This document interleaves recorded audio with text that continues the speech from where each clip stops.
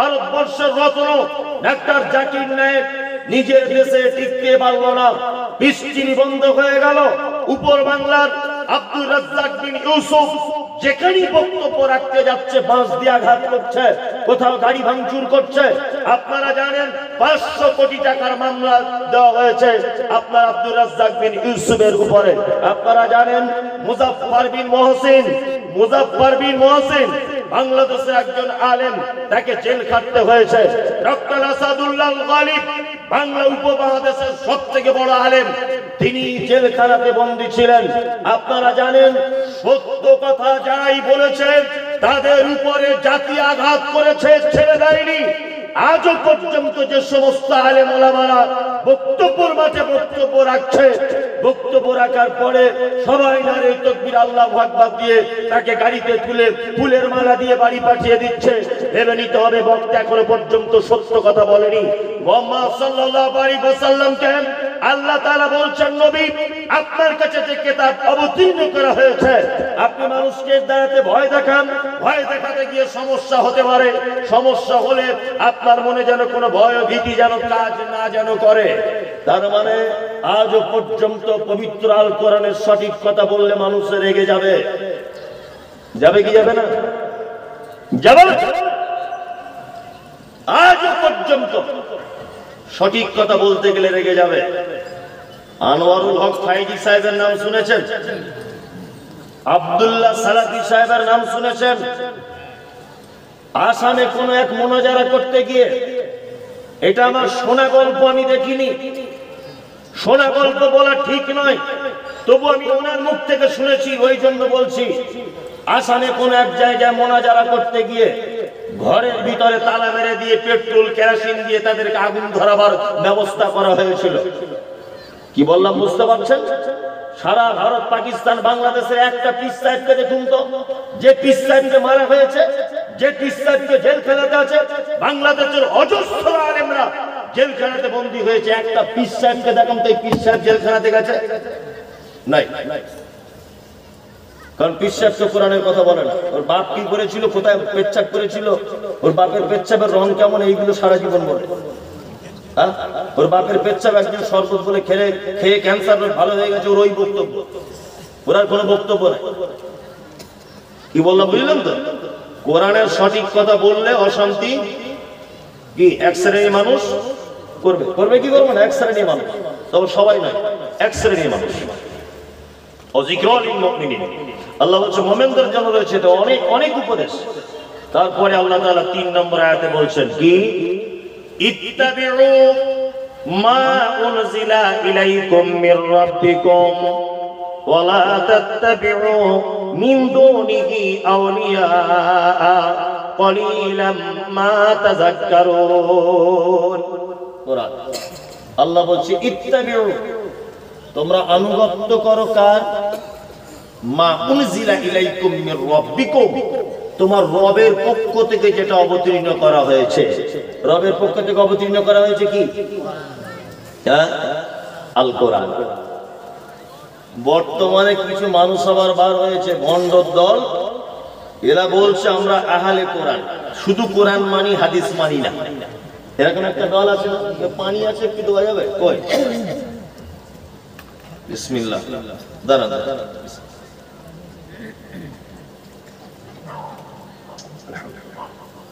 এই ভণ্ড দল, এরা বলছে আমি শুধু কোরআন মানি, হাদিস মানি না।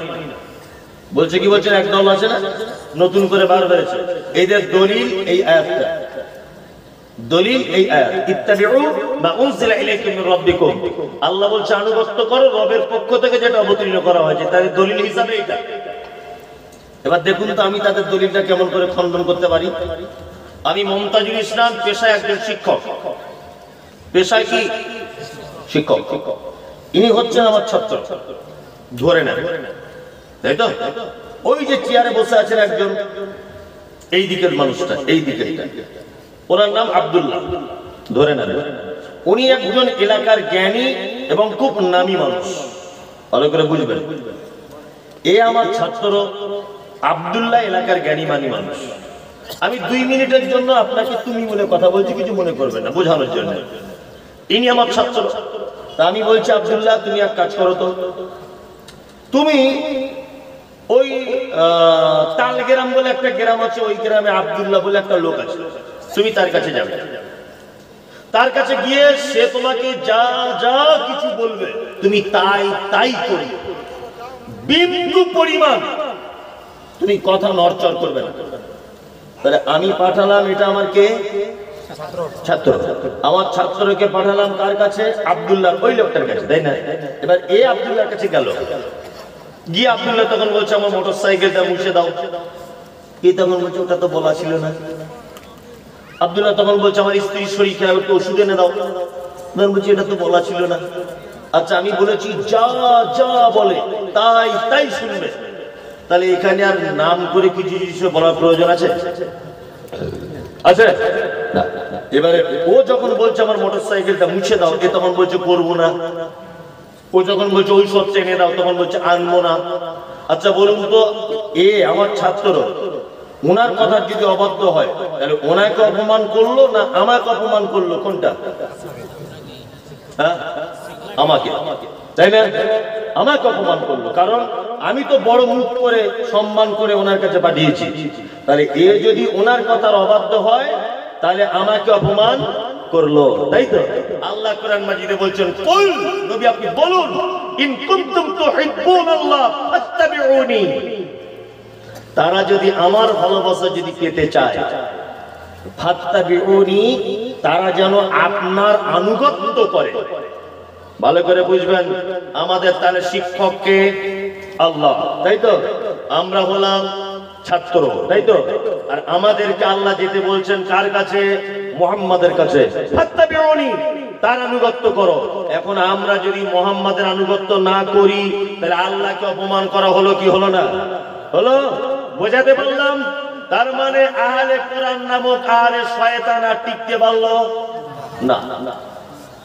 আল্লাহ তো নিজে বলছে আমার ভালোবাসা যদি পেতে চাও নবীর আনুগত্য করো, তাই না?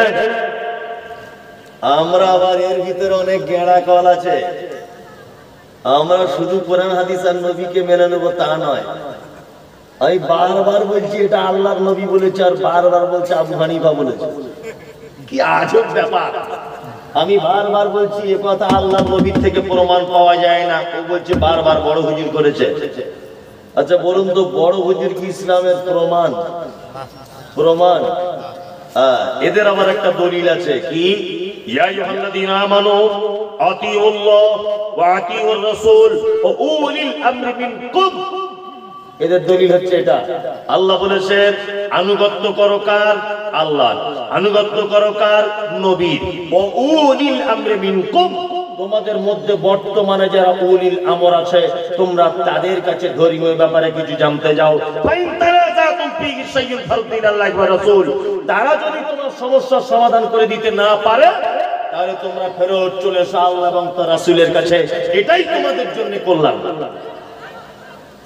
এখানে একটা কথা বলে রাখছি, সেটা হচ্ছে এই বক্তব্যটা সবার পছন্দ হবে না আমি জানি, করাতের মতো লাগবে। তবে করাতের মতো লাগলেও কিছু করার নেই, এটা আমাকে বলতেই হবে, আপনাকে শুনতেই হবে। সেটা হচ্ছে এই পবিত্র আল কোরআনে আল্লাহ সুবহানাহু ওয়া তাআলা যত জায়গাতে উলি শব্দ ব্যবহার করেছেন, উলি শব্দটা হচ্ছে বহু বচন। আপনি আরবি ডিকশনারি খুলে দেখেন, আরবি আলেম ওলামারা যারা বসে আছেন আপনারা বুঝতে পারছেন উলি শব্দ বহু বচন, এক বচন নয়। দুই, পবিত্র আল কোরআনে যত জায়গাতে মিনকুম শব্দ ব্যবহার করা হয়েছে প্রতিটা জায়গাতে জীবিত মানুষদের জন্য মিনকুম শব্দ ব্যবহার করা হয়েছে। প্রমাণ আল্লাহ তাআলা বলেন ফামান কানা মিনকুম মারিজান আও আলা সাফারিন ফাইদ্দাতুন মিন আইয়ামিন উখার। রমজান মাসের ভিতরে তোমাদের মধ্যে ফামান কানা মিনকুম, তোমাদের মধ্যে যদি কেউ অসুখে পড়ে যায় তাহলে সে যেন দিনগুলো অন্য দিনে পূরণ করে দেয়।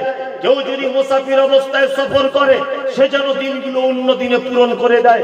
আচ্ছা বলুন তো, আল্লাহ রমজান মাসের বর্তমানে যারা আছে এদের মধ্যে যারা অসুস্থ না যারা মরে গেছে অসুস্থ, কোনটা? যারা বর্তমানে আছে, বর্তমানে যারা আছে, তাই না? আল্লাহ তাআলা বলছেন উলিল আমরি মিনকুম, বর্তমানে তোমাদের ভিতরে জীবিত আছে যারা উলিল আমর, তাদের কাছে তোমরা যাও কোন সমস্যায় পড়ে গেলে। উলিল আমরের অনেক ব্যাখ্যা। উলিল আমর ওই লোক যার দ্বারাতে, যার কথাতে একটা সমাজের মানুষ তার কথা অনুযায়ী চলে, একটা রাজ্যের মানুষ তার কথা অনুযায়ী চলে, একটা অঞ্চলের মানুষ তার কথা অনুযায়ী চলে। এইরকম কোন একটা ধর্মীয় পণ্ডিতদের কাছে তোমরা যাও বর্তমানে যে বেঁচে আছে। এইবার আপনাদেরকে একটা কথা, আল্লাহ নবী সাল্লাল্লাহু আলাইহি ওয়াসাল্লাম মারা গেছেন কত হিজরিতে? বলুন, জানা আছে? 11 হিজরিতে। উনি আলেম মানুষ ওই জন্য বলছেন 11 হিজরিতে, তাই তো? এবার আপনাকে একটা প্রশ্ন করি, ইমাম আবু হানিফা জন্ম হয়েছেন কত হিজরিতে? 80 হিজরি। কত? 80 হিজরি। তাহলে আল্লাহর নবী 11 হিজরিতে মারা গেলেন, তাহলে নবীজির কত বছর পর আবু হানিফার জন্ম? 69 বছর, তাই না? এবার আপনাদের কাছে আমার প্রশ্ন, নিশ্চয় মায়ের পেট থেকে তিনি ইমাম হননি, পড়াশোনা করতে হয়েছে। আমি যুক্তি তর্কের খাতিরে ধরে নিলাম 10 বছর ইমাম হয়েছেন, 10 বছরে ধরে নেন। তাহলে আল্লাহ নবী মারা যাওয়ার পর ইমাম হওয়া পর্যন্ত কত বছর লাগলো? 79 বছর, তাই তো? এবার আপনাকে বলি, 150 হিজরিতে ইমাম আবু হানিফা মারা গেছেন, 150 হিজরিতে জন্মগ্রহণ করেছেন ইমাম শাফি। এইভাবে 360 হিজরির ভিতরে সমস্ত ইমামগণ, সমস্ত আইম্মায়ে কেরামগণ পৃথিবী থেকে চলে গেছেন। কি বললাম বুঝলেন? যারা বলছে আহলে হাদিসরা মাযহাব মানে না, যারা বলছে আহলে হাদিসরা ইমাম মানে না, যারা বলছে আহলে হাদিসরা ইহুদিদের দালাল, যারা বলছে আহলে হাদিস মানে আমেরিকার ডলার খায়, যারা বলছে আহলে হাদিস মানে ইমাম মানে না, তাদের কাছে আমার প্রশ্ন, আল্লাহর নবী মারা যাওয়ার আর ইমাম আবু হানিফা ইমাম হবার মাঝখানের এই 79 বছরের ব্যবধানের মানুষ কোন ইমামকে মেনে চলতো? এটা তুমি মাযহাবধারী, তোমার কাছে আমার প্রশ্ন, কোন ইমাম মেনে চলতো? নাম্বার 2, 360 হিজরির ভিতরে সমস্ত আইম্মায়ে কেরাম পৃথিবী থেকে চলে গেছেন, তখনও পর্যন্ত মাযহাব আবিষ্কার হয়নি। তারও 150 বছর পরে মাযহাব নামক জিনিসের আবিষ্কার হয়েছে।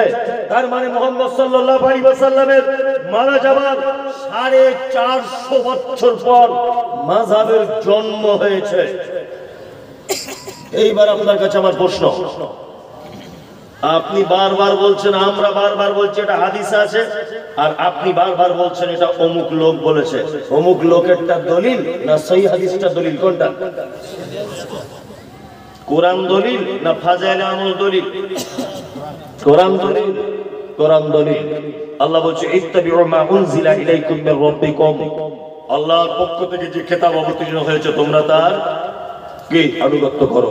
আল্লাহ তারপরে বলছেন ওয়ালা তাত্তাবিউ, তোমরা আনুগত্য করো না মিন দুনিহি, এই দুটোকে বাদ দিয়ে আউলিয়া, ওলিয়া ওলিয়া, ওলিয়া ওলিয়া, বুঝেন তো?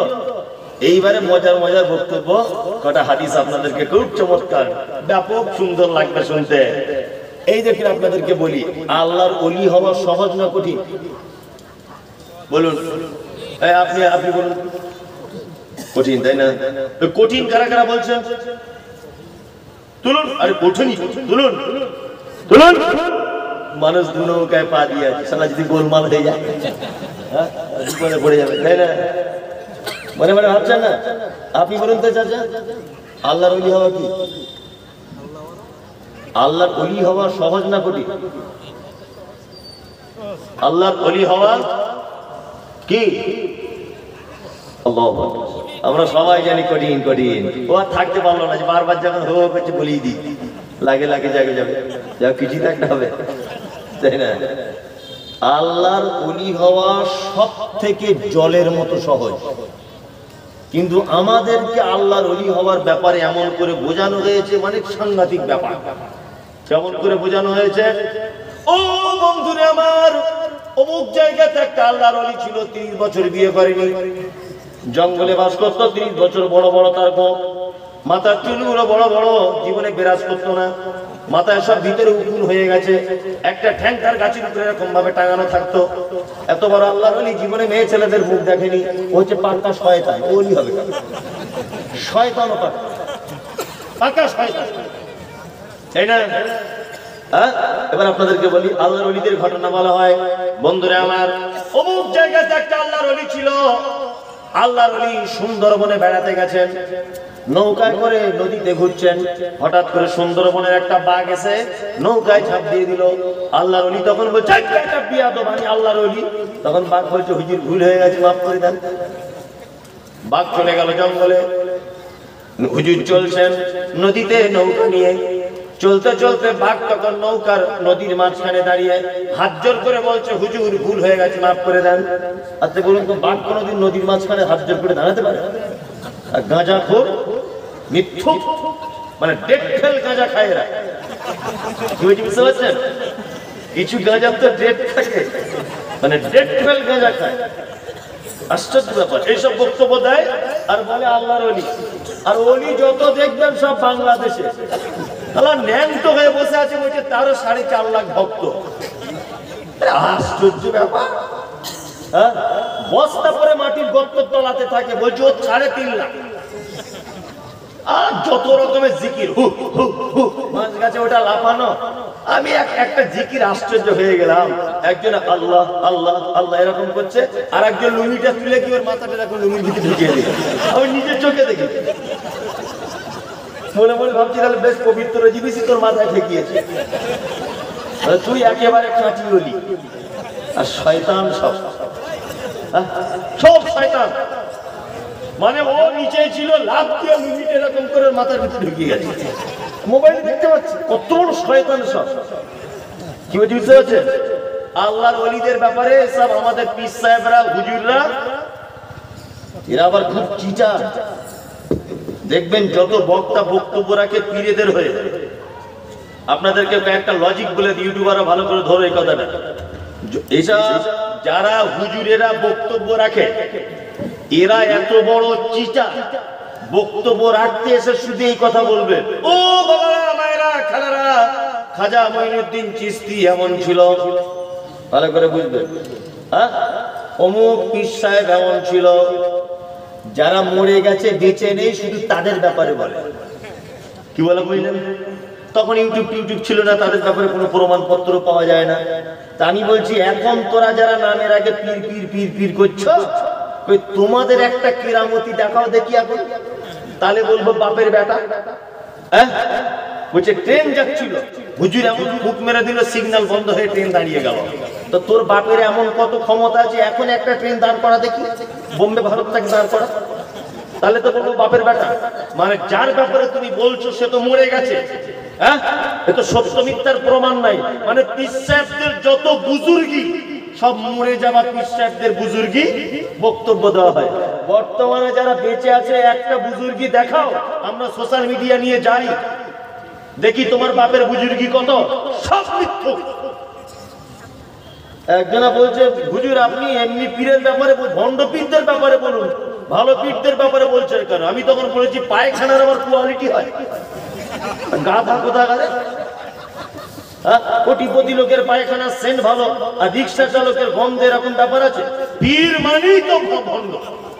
এর আবার ভণ্ড, কানার রাতই বাকি দিনই বাকি। কানার তো আবার দিন রাতের কি ভাগ করার আছে? ও সবই এক। বলছে ভণ্ডদের ব্যাপারে বলুন, সব তো ভণ্ড। আশ্চর্য ব্যাপার। এইসব বক্তব্য রাখি, লোকে আমার গাড়িতে বোম মারে। দেখেছেন তো আপনার মিডিয়া, দেখেনি সোশ্যাল মিডিয়া? হাওড়া জেলাতে বোম মেরে দিয়েছে। আজকে যে এখান থেকে কি করে বাড়ি যাবো মনে মনে ভাবছি, এটা ধরবে কিনা। আমার কমিটির ছেলেরা আছে, এরা আমাকে দিয়ে আসবে কুশমণি পর্যন্ত। কোনো সমস্যা নেই, কুশমণি পর্যন্ত আমাকে দিতে হবে না, তো আমার খুব ভয়, বিশ্বাস নাই। কি বলো বুঝলেন? সবাইকে পারা যাবে, এদের পারা যাবে না, কারণ ব্যবসায় ঘাটা পড়ছে। তাবিজের ব্যবসা আমরা তো ভাঙতে শুরু করেছি আস্তে আস্তে। কি বলা বুঝলেন? ইয়া নবী সালাম আলাইকা দিন আর নাই এখন। এখন শুধুমাত্র তৌহিদের পতাকা উড়বে ইনশাআল্লাহ। সহিহ হাদিস এবং কোরআন ছাড়া বক্তব্যের ময়দানে আর কোনো বক্তব্য চলবে না ইনশাআল্লাহ। কোন গাঁজাখুরি গল্প কোন পীর হুজুর আল্লাহ আমাদের গল্প দিয়ে জলসা চলবে না। শুধু সারা বাংলাতে সহিহ হাদিস এবং কোরআন দিয়ে দিনের কাজ হবে ইনশাআল্লাহ। কোন পীর ফকির দিয়ে আমরা ইসলামকে জানতে চাই না। এখন ইসলাম দিয়ে জানবো অরিজিনাল পীর কিনা। এই আমরা অনেক সময় অলৌকিক ঘটনা শুনি আল্লাহর ওলিদের, শুনি না? হ্যাঁ, কি অলৌকিক ঘটনা? বন্দরে আমার অমুক জায়গায় একটা পীর সাহেব ছিল। যে পীর সাহেব ছিল কি হয়েছে? বলছে বাংলাদেশে একটা ছেলের গলায় কাঁটা ফুটেছে,